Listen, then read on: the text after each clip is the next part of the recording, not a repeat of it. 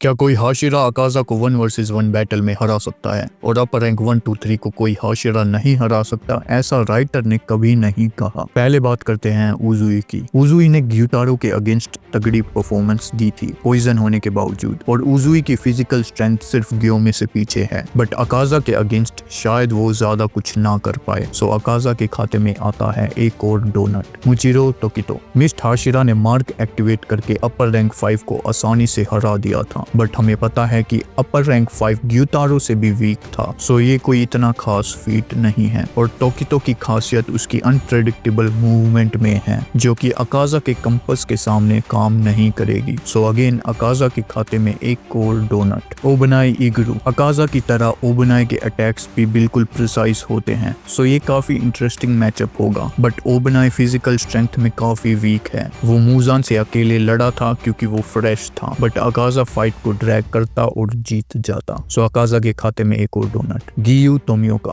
Giyu का क्या हाल होगा ये तो हमने इन्फिनिटी कासल में देख ही लिया है। मार्क होने के बावजूद उसका वही एंड होगा जो कि रेंगोकू का हुआ था। सो अकाजा के खाते में एक और डोनट, सानेमी शिनेजुगावा। ये होगा इंटरेस्टिंग मैचअप। सानेमी शायद सभी हाशिरा में सबसे ज्यादा ऑफेंसिव हाशिरा होगा और डीमंस को मारने में सबसे बेस्ट, क्योंकि आप एक अपर रैंक के साथ फाइट को ड्रैग नहीं कर सकते। ह्यूमंस के पास लिमिटेड स्टेमिना होता है, बट अकाजा सानेमी का वर्स्ट अपोनेंट होगा उसके कंपस की वजह से। सानेमी की फाइटिंग स्पिरिट हाई है, सो अकाजा उसके सभी अटैक्स को आसानी से ब्लॉक कर लेगा। ये मैच तगड़ा होगा, बट अगेन अकाजा के खाते में एक और डोनट, ग्योमे। यहाँ अकाजा को आएगी भयंकर दिक्कत। ग्योमे एक मॉन्स्टर है और योरिची के बाद सबसे strong Hashira. Unlike other Hashira, जितनी लंबी लड़ाई होगी वो उतना स्ट्रॉन्ग होगा, और उसके पास ट्रांसपेरेंट वर्ल्ड है, और उसका वेपन अकाजा को इतने टुकड़ों में बांट देगा कि अकाजा की कितनी ही पावरफुल विल हो वो कभी रीजनरेट नहीं कर पाएगा। सो ये बैटल तगड़ी होगी और एंड में ग्योमे विनर होगा।